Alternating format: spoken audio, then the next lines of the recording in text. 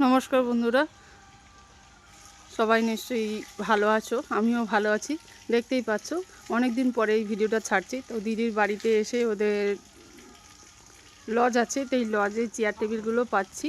তো ওদের অনুষ্ঠান হবে, লোকজন আসবে, তা পরের দিন খাওয়া দাওয়া হবে, তার জন্য টেবিলগুলো পাচ্ছে। তো আমার দিদির মেয়ে, আমার ছেলে ও দাদা 3-4 জনে মিলে চলে এসেছি চেয়ার টেবিলগুলো পাততে। দিয়ে দেখুন এর ওপরে কভার পরানো হচ্ছে টেবিলগুলো। এগুলো পরানো হয়ে গেলে টেবিলেরও চেয়ারের কভার পরানো হবে।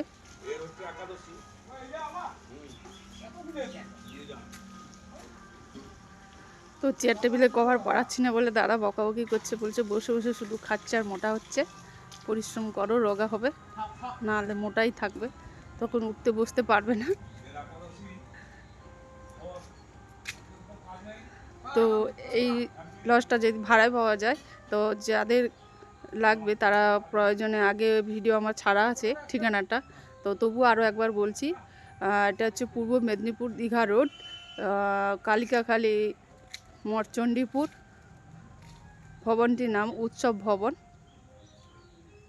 প্রয়োজন ফোন নাম্বার দেওয়া আছে, ফোন করতে পারেন। একটু তাকাবেন প্লিজ। এই যে মিস, মুখে একটু হাসি রাখুন। পড়ান পড়ান, তাড়াতাড়ি পড়ান। এই যে আমাদের ক্যাটারিং এর কাজ চলছে।